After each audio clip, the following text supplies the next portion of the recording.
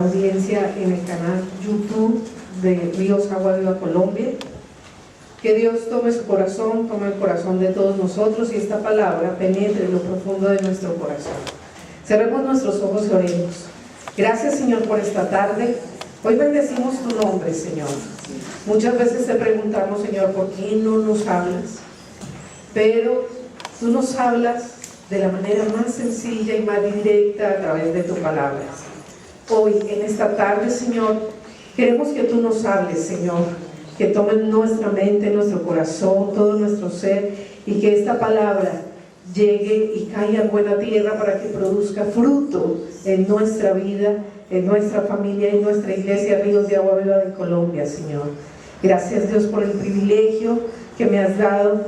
Hoy bendigo tu nombre y te digo, Espíritu Santo, llena mi boca, Señor. Gracias, Señor, en el nombre de Jesús, amén.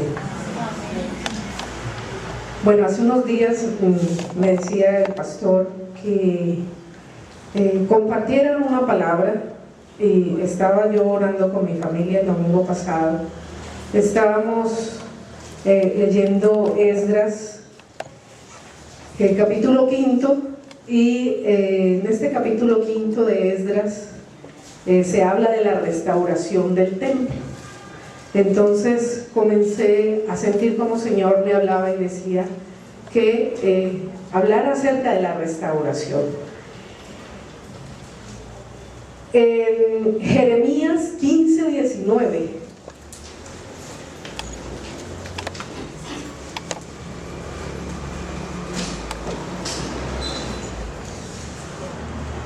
dice su palabra: por tanto, así dijo Jehová, si te convirtieres, yo te restauraré, y delante de mí estarás, y si entresacares lo precioso de lo vil, serás como mi boca. Conviértanse ellos a ti, y tú no te conviertas a ellos.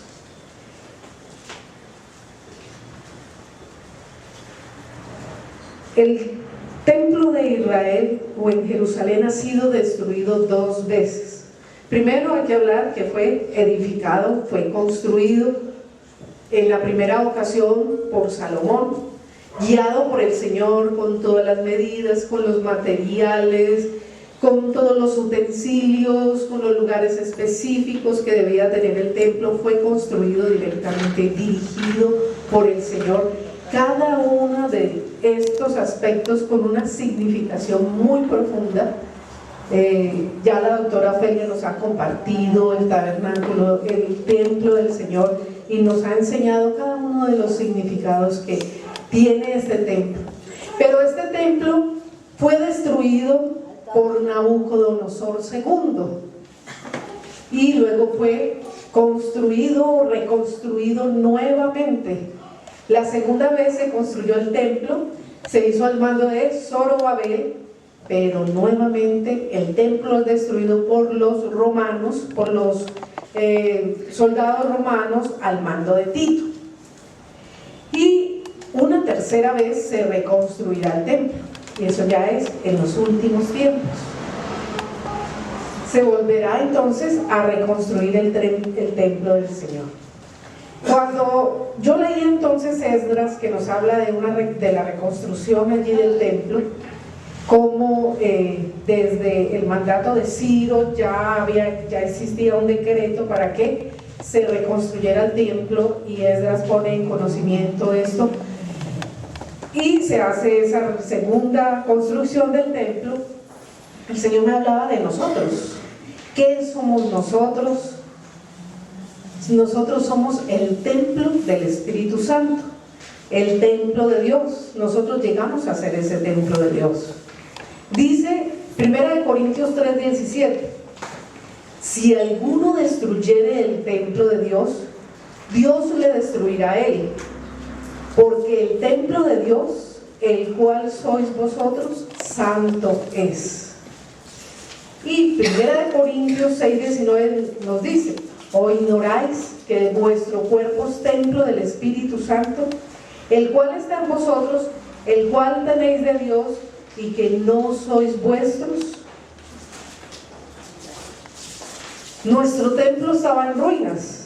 La mayoría de las personas que conocemos del Señor, que llegamos a conocer del Señor, llegamos en situaciones muchas veces difíciles, no necesariamente económicas, muchas veces situaciones emocionales difíciles, otras veces situaciones financieras, otras veces en situación de abandono, otras veces porque se ha vivido una catástrofe, otras veces porque ha venido una enfermedad a la vida, otras veces porque llegó la cárcel para una persona, otras veces porque llegó el divorcio, la separación, diversas circunstancias. Y entonces llegamos nosotros y recibimos al Señor. Solo podemos ser restaurados aquellos que hemos abierto el corazón y hemos recibido a Jesús. Y nuestro cuerpo y todo nuestro ser se vuelve el templo del Espíritu Santo. Solo nosotros podemos ser restaurados para tener una nueva vida, para tener esa esperanza de la cual nos habla la palabra de Dios. Ese templo, a pesar de que llega el Señor a nuestra vida, ese templo necesita ser reconstruido. Ese templo necesita ser reedificado. Ese templo necesita ser restaurado. Es lo que necesitamos nosotros en nuestra vida, restauración. Y nos preguntamos, ¿cómo hemos de restaurar el templo de Dios? Entonces hay una palabra muy conocida en Segunda de Crónicas 7:14. Dice su palabra: si se humillare mi pueblo, sobre el cual mi nombre es invocado, y oraren, y buscaren mi rostro, y se convirtieren de sus malos caminos, entonces yo iré desde los cielos, y perdonaré sus pecados, y sanaré su tierra. Algo muy importante es la humillación. Es humillarnos delante de nuestro Señor. El primer paso para comenzar a ser restaurado es humillarnos. Y esa humillación, ¿qué implica? Esa humillación implica que reconozcamos nuestra necesidad de Él, que reconozcamos que si no es con Él, es muy difícil que nuestra vida sea levantada, restaurada, que sea reconstruida. Muchos llegamos, como les decía, hechos pedacitos. Algunos de ustedes conocen mi testimonio. Yo llegué después de un intento de suicidio porque tuve un problema emocional. Luego de los problemas emocionales cometí errores en mi vida personal, emocional y sexual, al punto que me consideraba así un despojo. Y entonces conocí al Señor y el Señor me mostró que no, que yo era una preciosa criatura, que Él me amaba, que Él había dado su vida por mí y mi vida comenzó a ser restaurada. Mi vida comenzó a ser limpiada. Pero resulta que esto no es un proceso de la noche a la mañana. Vemos aquí cómo el templo de Dios 2 veces ha sido destruido, y muchas veces en nuestra vida este templo vuelve a ser destruido, o vuelve a estar en desorden, o vuelve a que no haya muchas veces esperanza de muchas cosas, etcétera. Pero Dios nos dice que Él reconstruirá nuestro templo siempre, y lo seguirá haciendo todos los días, porque la obra del Señor se sigue todos los días de nuestra vida hasta el día de su venida. Él dice que la obra que inició en cada uno de nosotros, Él la va a perfeccionar hasta el día de su venida. Hasta ese día Él perfeccionará su obra en nosotros. Entonces, no importa cuántas veces tu templo y mi templo sea destruido por el mundo, por la carne, por Satanás, porque ya están vencidos. Todos los enemigos del cristiano, que son esos 3, están vencidos, y nuestra vida día a día será restaurada.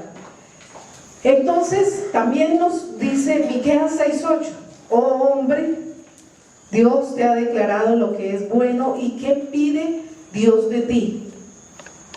Hacer justicia, amar misericordia y humillarte delante de tu Dios. Todos estos profetas que querían reconstruir el templo, antes de hacerlo, primero se humillaron. Esdras, Nehemías, con los muros, Esdras con el templo en su oración. Todos se humillaban primero delante de Dios. Hay que humillarnos. Muchas veces nosotros no somos conscientes porque de manera cotidiana hacemos cosas que de pronto pueden dañar o impedir que en nuestra vida esa restauración se dé. Pero si nosotros nos humillamos y vemos su palabra, estaremos como a un espejo, dice su palabra, a cara descubierta. Es como que usted no se da cuenta que por aquí no se lavó bien y tiene un mugrecito, y se miró en el espejo y se vio el mugre.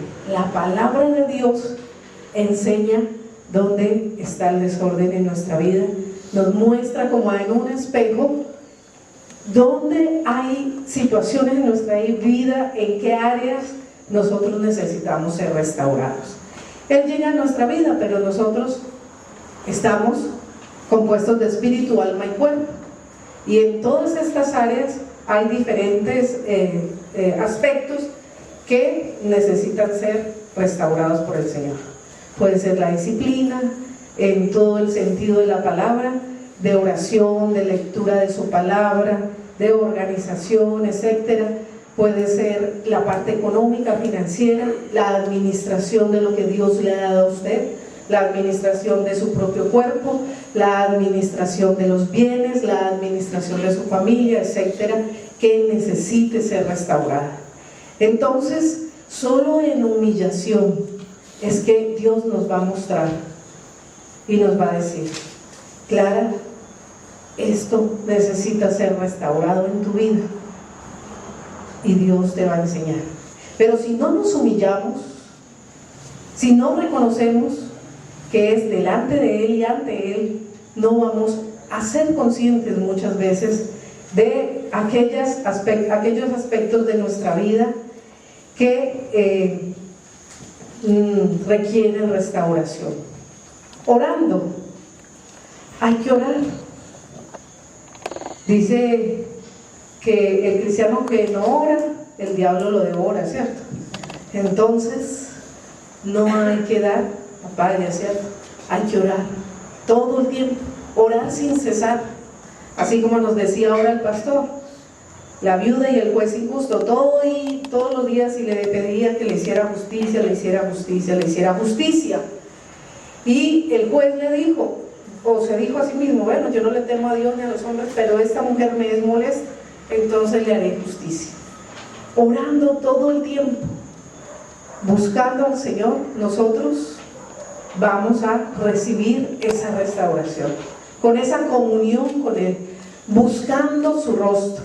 Su palabra dice: no pongamos la mirada en las cosas de la tierra, sino en las cosas de arriba, mirando siempre hacia Él. El autor y consumador de la fe es el Señor.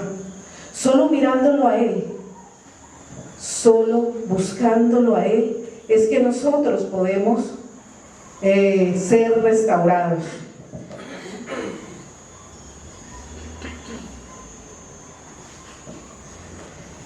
Dice Josué que nunca se aparte de tu boca este libro de la ley, sino que de día y de noche meditas en ellas, porque entonces harás prosperar tu camino y todo te saldrá bien.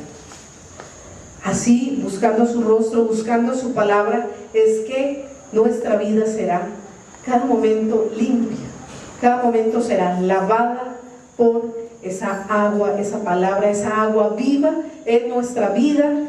Cada momento será lavada por el Señor, convirtiéndonos de nuestros malos caminos. Que no digamos: yo solamente me he equivocado una vez en la vida, ¿cierto? Cuando pensé que estaba equivocado. No, reconocer todos nuestros errores y todas nuestras equivocaciones, Muchas veces, aquellas personas que ante el mundo, ante la sociedad pensamos que teníamos pecados grandes, como nos lo enseñó la sociedad, como lo ha enseñado algunas religiones, que hay pecados más grandes que otros. Su palabra no dice eso. No hay clasificación de pecados. O obedeces a una cosa o desobedeces a otra. Pero para Dios todos los pecados son iguales. Hay que reconocer nuestra iniquidad. Hay que reconocer nuestra maldad. Quizá mi iniquidad sea mi lengua, la crítica, la murmuración. Quizá mi iniquidad sea la falta de perdón, porque el perdón es una decisión. Hay algo difícil que a mí se me ha dado de pronto por las circunstancias, por lo que yo viví, es perdonar a una persona que sea infiel a alguien que yo quiero. Entonces, un cuñado le fue infiel a una hermana, y yo le oraba al Señor y le decía: Señor, ayúdame a perdonar a este hombre porque para mí es muy difícil. Y de pronto ver a otra persona reconstruyendo hogar, sabiendo que dejó como su hogar original y todo eso, que tuvieron el hogar dentro de los caminos del Señor, eso era difícil para mí. Y la oración ha sido: Señor, ayúdame a perdonar a esas personas, porque sentía hacia ellos, sentía rabia. Y el Señor, reconociendo esa falta de perdón, reconociendo ello, el Señor ha ayudado en mi corazón a que pueda perdonar a esas personas. Entonces, hay que reconocer cuáles son nuestros malos caminos. Piense ahí para usted: ¿cuál es mi mal camino en este momento? ¿Qué es ese mal camino que yo debo reconocerle al Señor para que Él venga y primero me ayude a perdonar a quien haya que perdonar, segundo me perdone a mí mismo? A veces somos muy duros con nosotros mismos y muy exigentes con nosotros mismos, y no somos capaces de perdonarnos a nosotros, y nos decimos: no, es que si yo no hubiera hecho esto, es que si yo no hubiera estado en ese lugar, es que si yo no hubiera hablado tal cosa. Y nos falta perdonarnos a nosotros mismos. Sí, yo sé que Dios murió por mí en la cruz, pero no soy capaz. Yo tuve la culpa, y seguimos de pronto cargando con nuestras culpas, cuando Él ya llevó en la cruz todas nuestras culpas, todas nuestras necesidades, todas nuestras enfermedades, todas nuestras dolencias, todas nuestras crisis fueron llevadas en la cruz, para que hoy, 2015, nosotros tengamos victoria y podamos vivir de victoria en victoria. No que el cristiano no sufre ninguna situación difícil, no que el cristiano no se sacude su templo muchas veces, pero ojo, cuando vamos a reconstruir una edificación, ¿qué es lo primero que se pone? Los cimientos, el fundamento. ¿Y quién es el fundamento de nuestra vida? Cristo. Su palabra dice que nadie puede poner otro fundamento que el que ya está puesto, el cual es Jesucristo. Ese es el cimiento y el fundamento de nuestra vida. Si nuestra vida tiene ese cimiento que es una roca, cimiento en la cual nuestra casa está sólida, no está en la arena, está en la roca. Entonces Él dijo que Él era la piedra angular, y sobre esa piedra construiría su iglesia. Eso se lo dijo a Pedro, y muchos se confunden, que porque entonces Pedro, a él le estaba diciendo que él era la piedra, entonces que Pedro era el primer papa, y bueno, por allí traen una teoría acerca de los papas, etcétera. Pero él estaba hablando de sí mismo, porque Pedro declaró que él era el Señor, Y él dijo, sí, yo soy la piedra y sobre esta piedra construiré mi iglesia. Entonces, para reconstruir y restaurar nuestra vida, tenemos que tener ese cimiento que es Jesucristo. Y sobre ese cimiento edificar nuestra vida. Tenemos por ahí todavía una ventana rota, tenemos por ahí una puerta que nos cierra bien o que no hemos querido cerrar, porque muchas veces nosotros mismos no hemos querido cerrar esas puertas, no hemos querido dejar morir a muchas cosas que hacen que nuestra casa, nuestra edificación todavía esté en ruinas o tenga algunas partes de la casa que estén en ruinas, porque morir duele. El Señor de pronto nos dice, no os embriaguéis con vino, en lo cual hay disolución, antes ser llenos del Espíritu Santo. Quizá para alguna persona el licor, por ejemplo, para mí el licor no ha sido un problema. El licor, no, yo digo, Dios me hizo una garganta antilicor, o sea, no me gusta. Pero otras personas conocen al Señor y tienen el licor. Para otras personas puede ser su vida sexual, fornicación, adulterio, lesbianismo, homosexualismo, y resistirse a que esa parte de esa casa sea restaurada por el Señor.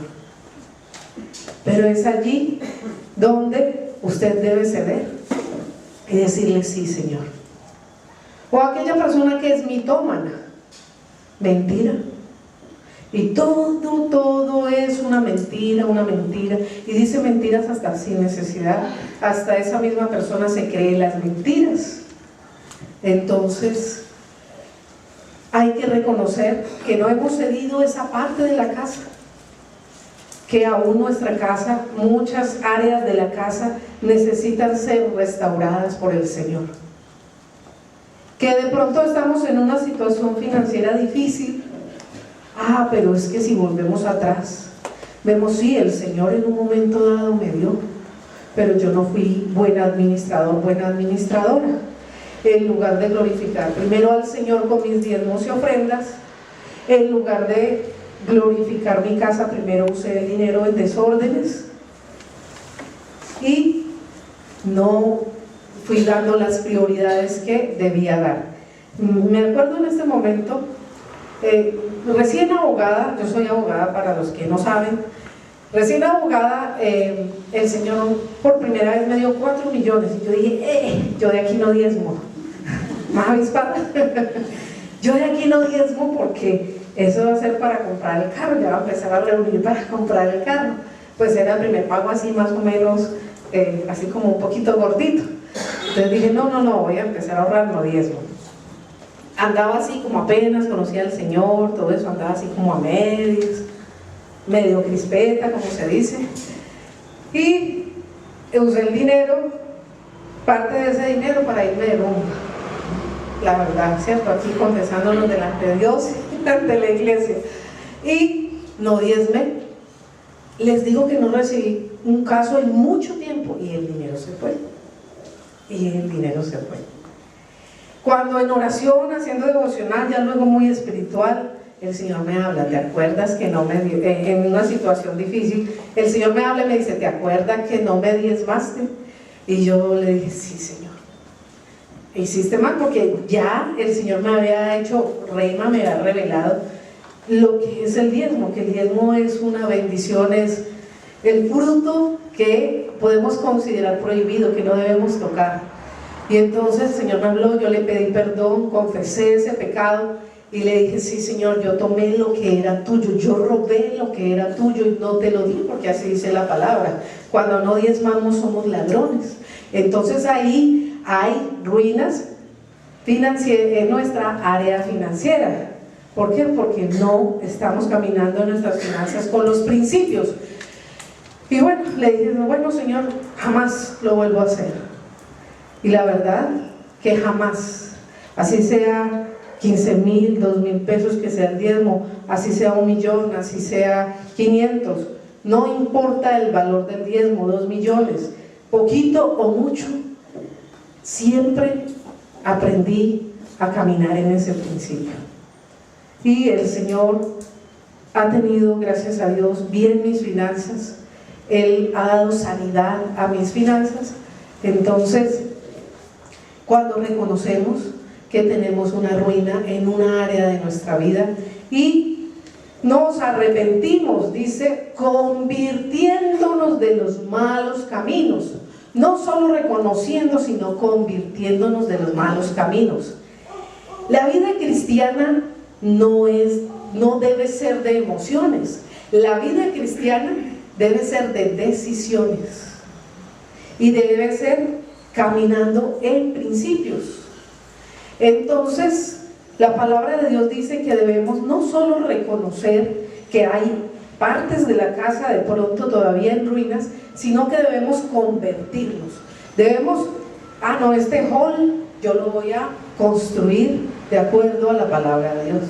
Llámese hall de las finanzas, llámese el hall de mi relación familiar, porque hay división en mi familia, hay peleas, etcétera, lo que pueda existir. Llámese el hall o la habitación de la falta de perdón, la habitación de la tristeza, la habitación de la amargura, la habitación del resentimiento, del dolor. Debo de restaurarlo, debo de convertirme de esos malos caminos. Hay situaciones en nuestra vida que obviamente necesitan de una ayuda, necesitan una persona madura en el Señor, un líder espiritual que le ayude en determinada parte de su vida, de acuerdo a la palabra de Dios, con guía, con asesoría, con oración, a poder restaurar esa parte de su vida. Entonces nosotros que hemos trabajado aquí con personas en la iglesia, hemos visto personas que han sido restauradas por el Señor, personas que de pronto tenían una doble vida y ya vemos que el Señor las ayuda a caminar en una sola vida. Recuerdo que una vez en la iglesia hubo una joven y esa joven quedó embarazada, en un momento dado no sabía de quién era. Oramos al Señor porque quien era su novio la quería tanto que le dijo: no, si no es mío no importa, yo quiero casarme contigo, yo te amo, yo te perdono. Y se casaron, pero dame la oportunidad de saber si ese niño es mío o no.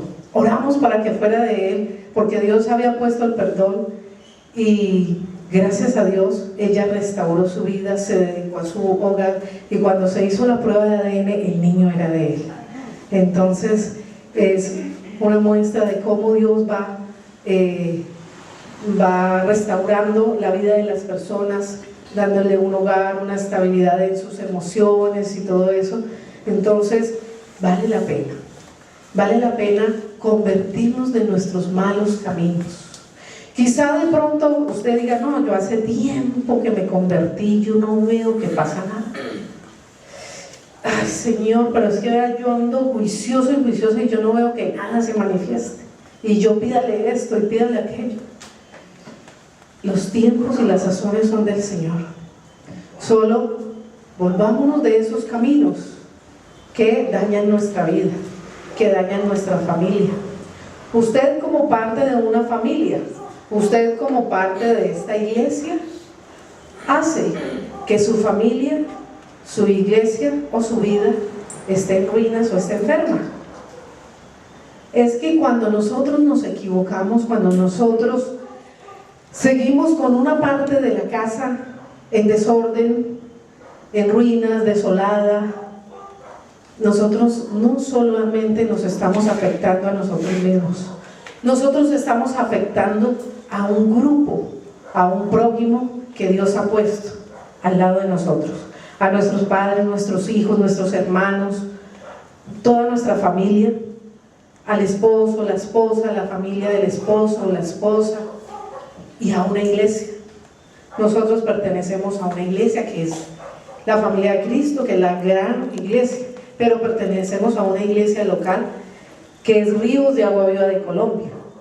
Entonces, si también hay algo en mi vida que necesita ser restaurado como miembro de la iglesia, nos muestra que la iglesia necesita ser restaurada.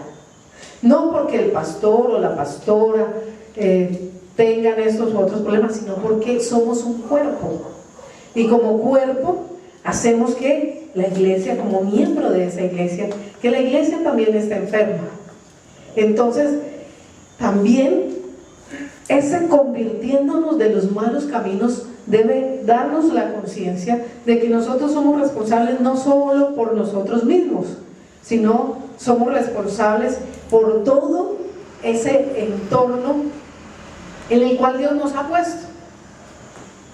Entonces, lo que usted haga va a tener repercusiones, no solo para su vida, como le decía, directamente, sino que va a tener repercusiones para todos aquellos que tienen ese contacto con nosotros o que están cerca de nosotros o de los cuales somos sus miembros.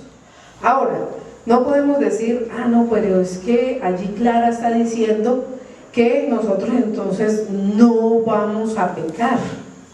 No olvidemos que la obra se va perfeccionando, pero en la medida que nosotros humillándonos, orando, buscando el rostro de Dios, Dios nos va mostrando aquellas cosas en las cuales nosotros tenemos que convertirnos, y debemos decidir, porque la vida es de decisión.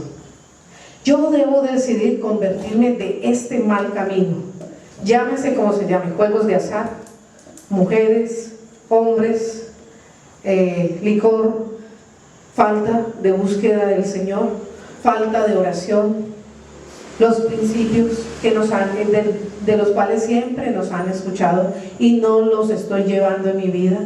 No, pero es que a mí me gusta lo que veo por ahí, yo lo cojo, entonces soy dueño o dueña de lo ajeno, y reconozco ese camino malo.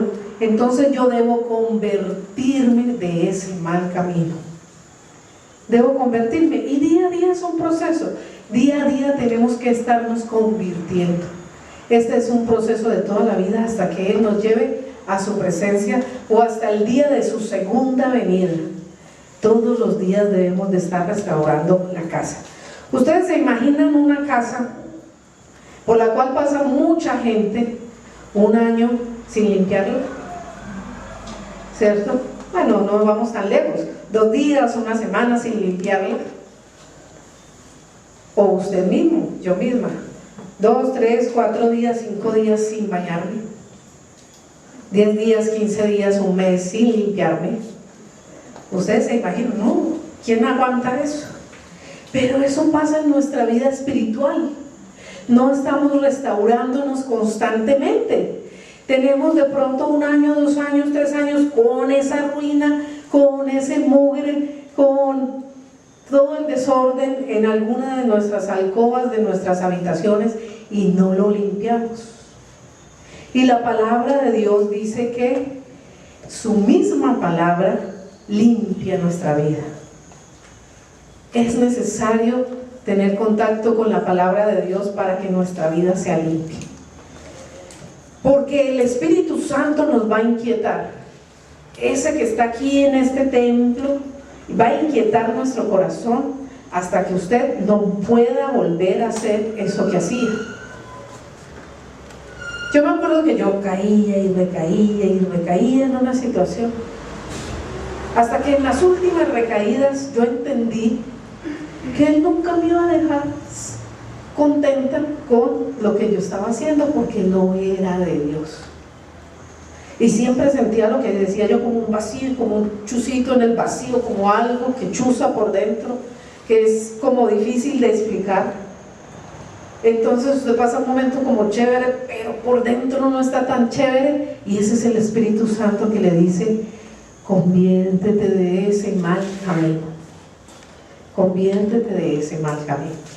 En cualquier situación de su vida, lo que no le deje sentir paz, usted que es un hijo de Dios y que tiene el Espíritu Santo de Dios, escúchelo, hágale caso y conviértase en esa parte de su vida. Y como le digo, esa conversión es diaria porque no somos perfectos. Porque la Biblia dice que el que dice que no peca, le hace a Dios mentiroso. Todos los días de nuestra vida, esta pobre humanidad pecará en algo. De pronto, como le decía, ya no es el pecado que antes veíamos grande, pero es otro tipo que no se ve tan grande para la sociedad, pero que hace un daño terrible. Con la lengua, sin disparar, se puede hacer que maten a una persona. Yo recuerdo, un tío mío fue alcalde y ahí lo mataron. Entonces yo recuerdo que nos dimos cuenta que una señora conocida llevó cuentos a ese personaje que era un narcotraficante para que diera la orden para su muerte. Pues Dios, que nos había tomado, nos ayudó, solo Él nos ayudó a perdonar, porque al principio no queríamos eso. Al principio los deseos, la ira y el dolor de alguien que se pierde violentamente es muy grande, y estábamos apenas niños en los caminos del Señor cuando eso sucede. Y yo me arrodillaba a hacer oraciones no muy espirituales. Mi oración era que le pasen cosas malas a ese señor. Gracias a Dios no iba a atender esa oración. Entonces, la oración cambia, le pido a Dios que perdone, que venga el perdón así de arriba, porque humanamente yo, Clara, en esta pobre humanidad no podía. Y sí, y desafío a Dios. Yo le dije: Señor, llevo 6 meses. Yo he escuchado que usted es muy grande, entonces como usted es muy grande, a ver, póngame al lado de ese señor, que yo quiero hablarle de ti. Pasaron 2 años y medio de esa oración y allá me pone el Señor al lado de él. Este señor me manda a llamar y me dice que sí trabajo para él. Y yo voy a trabajar para él. Cuando llego, no hay nada. No hay dolor, no hay resentimiento, no hay nada. Obvio, recordaba lo que había pasado, pero no había nada. Y a este señor le serví durante 3 años, y cuando él muere me dice su hermana: Clarita, mi hermano dijo que usted le había perdonado. ¿Algún día hablaron del tema? Y yo: no, solamente Dios había orado, y el servicio que le di a esta persona pudo llevar a ese perdón. Entonces, nosotros solo debemos disponernos que Dios va tomando cada una de las áreas de nuestra vida y las va restaurando, nos va limpiando. Y como le digo, quizá haya algo que sea resistente en su vida, y lo digo porque a mí me pasó, El Espíritu Santo y Dios, que nos ama y que está haciendo la obra en nosotros, nos va a inquietar hasta que usted y yo podamos entender que ahí nunca, jamás vamos a ser felices, que ahí jamás vamos a tener paz. Y Él restaurará nuestra vida y nos limpiará, para mostrarnos que no es obra de nosotros, que su obra completa es de Él, y que debemos de gloriarnos por completo en la obra que Él ha hecho en nuestra vida. Recibiendo el perdón, debemos recibir el perdón del Señor. Su palabra dice que si confesamos nuestros pecados, Él es fiel y justo para perdonar nuestros pecados y limpiarnos de toda maldad. Que lo que usted le confiese hoy, Él no se vuelve a acordar. Ay, Señor, ¿se acuerda ese pecado de hace 4 años? Perdóname otra vez por ese pecado. Y el Señor le dice: ¿cuál? Entonces: no, Señor, es que yo le confesé ese pecado. Y Él dice: ¿pero cuál? No me acuerdo. Pero yo sí me acuerdo, Señor, no se me olvida el pecado. Él dice: no me acuerdo, porque Él ya te perdonó y echa en lo profundo del mar todas nuestras transgresiones, dice su palabra. Entonces recibamos el perdón. Usted hizo lo que hemos conocido como la respiración espiritual. La respiración espiritual es exhalar. Físicamente es gas carbónico, e inhalo oxígeno y así puedo vivir. Espiritualmente yo exhalo un gas carbónico horrible, feo y espantoso, que es mi pecado, ¿cierto? Pero inhalo ese oxígeno que me llena de vida espiritual, que es el perdón de Dios. ese respiración es algo que tampoco debe faltar en nuestra vida todos los días de nuestros días, todos nuestros días, para así nosotros poder vivir en esa paz de Dios todos los días. Y reconocemos, a veces se nos va algo, decimos algo, juzgamos algo, miramos algo con una mala mirada, porque es que el Señor dice que el que mira codiciando ya ha pecado en su corazón. No necesita ir a acostarse con alguien, basta que mire codiciando y ya ha pecado en su corazón. O, como dice su palabra, habrás oído decir que el que se enoje con su hermano es culpable de juicio. Que el que mate a otro es culpable de juicio. Condena actual en Colombia por homicidio agravado, 33 años, 4 meses. Y el Señor dice, pero yo os digo, eso se decía antes, que el que mate a su hermano es culpable de juicio. Pero yo os digo que el que se enoje con su hermano condena 33 años, 4 meses. ¿Cómo le pareció? ¿Con quién estamos enojados? Esa condena está larga. Y de pronto diga sin rebajas, ¿cierto? Entonces, ahí vemos, por ejemplo, ahí cuando yo leí por primera vez esa parte de la Biblia, yo entendí que Dios no clasifica los pecados. Y yo en ese momento obviamente estaba muy espiritual, haciendo devocional, y estaba enojada con una hermana. Y pum, me levanto, estaba de rodillas y digo, soy homicida, me mando las manos a la cabeza y soy consciente de que era homicida. Estaba enojada con una hermana. Entonces fui y le pedí perdón. Le dice, perdóneme, te pido perdón. Sé que yo provoqué que estuvieras mal conmigo. Y eso es lo que quiere el Señor, que nosotros todos los días de nuestra vida, lo que nos pasa. A cada uno sé que estamos en este mundo y nos ha pasado casi o muchas cosas, casi de todo muchas cosas.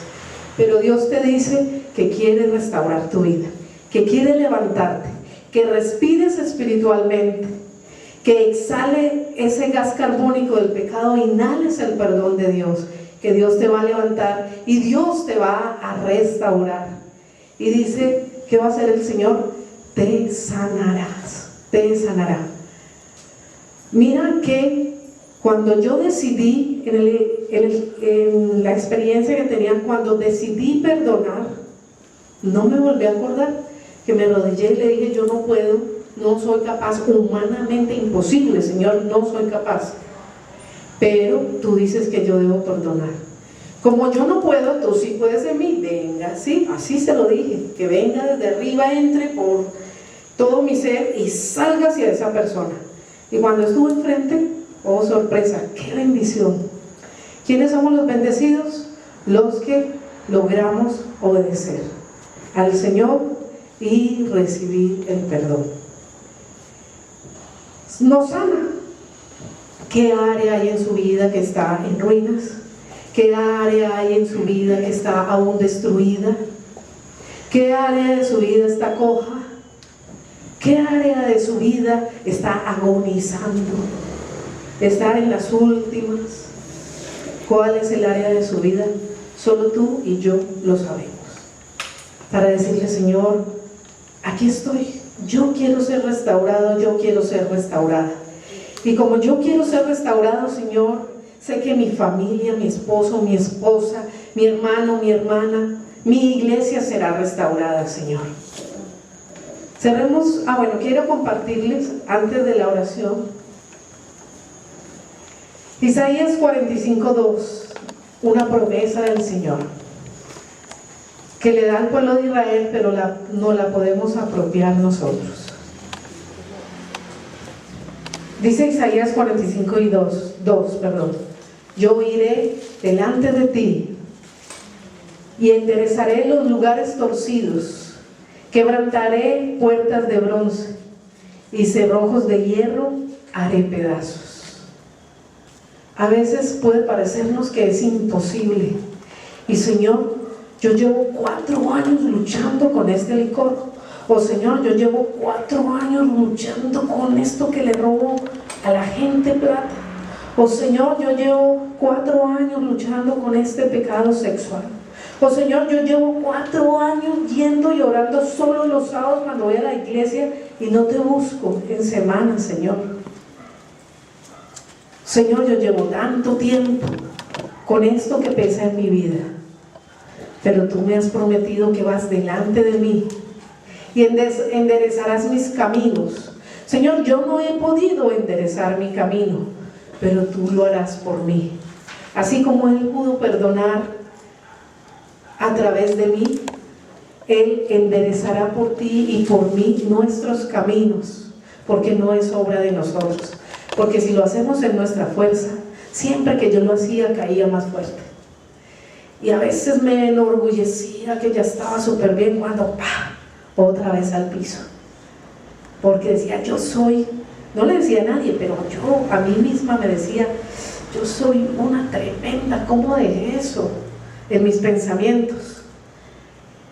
Y me iba al piso y el Señor me enseñó, no eres tú, es mi obra en ti, soy yo que enderezo tus caminos.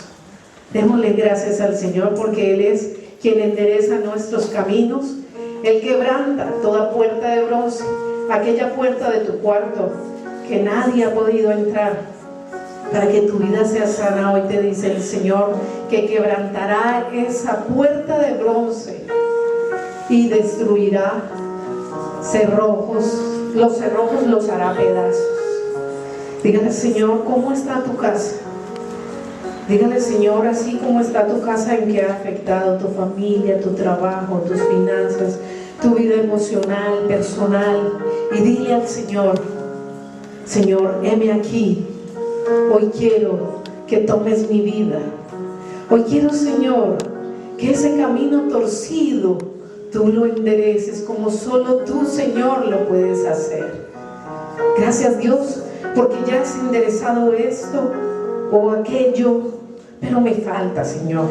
Dígale, Señor, eso que falta en mi vida, yo quiero que tú lo endereces. Ve delante de mí. Yo no puedo, Señor. He luchado, Dios, pero ha sido tan difícil para mí restaurar esta o aquella área de mi vida.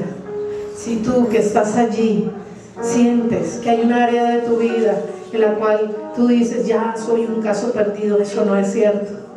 Dios te dice que va delante de ti, quebrantando esas puertas de bronce y destruyendo y haciendo pedazos o cerrojos de bronce, para decirte, me di por ti para que tú hoy seas sano, para que tú hoy seas limpio, para que tú hoy te levantes en victoria en mi nombre y me des la gloria y digas, eso lo hizo el Señor en mí. Gracias, Señor. Desde ahora dale gracias al Señor, porque esa obra que ha iniciado en tu vida, en la vida de tus hijos, en la vida de tu esposo, esa obra Él la va a completar.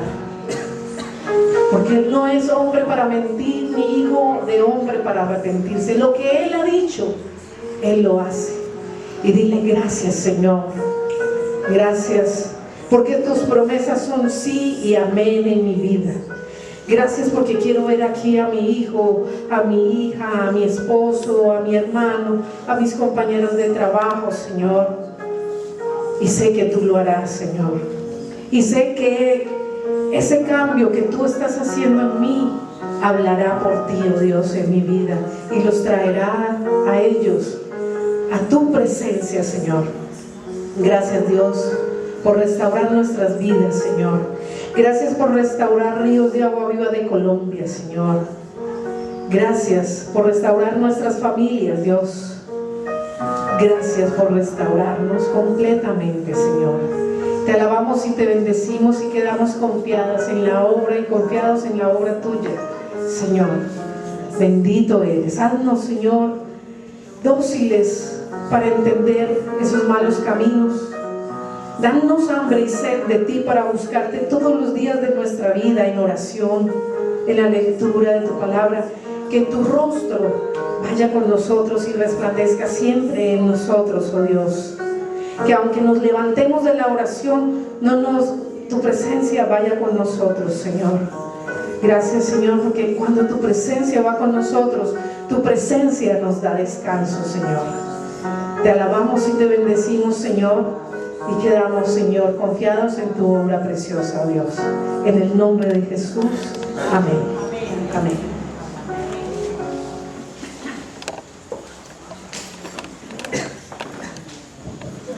Bueno, bendiciones para todos, que Dios les guarde, un feliz de semana. A los que nos escucharon o nos verán por internet, que Dios los bendiga y que esta palabra restaure completamente sus vidas. Amén.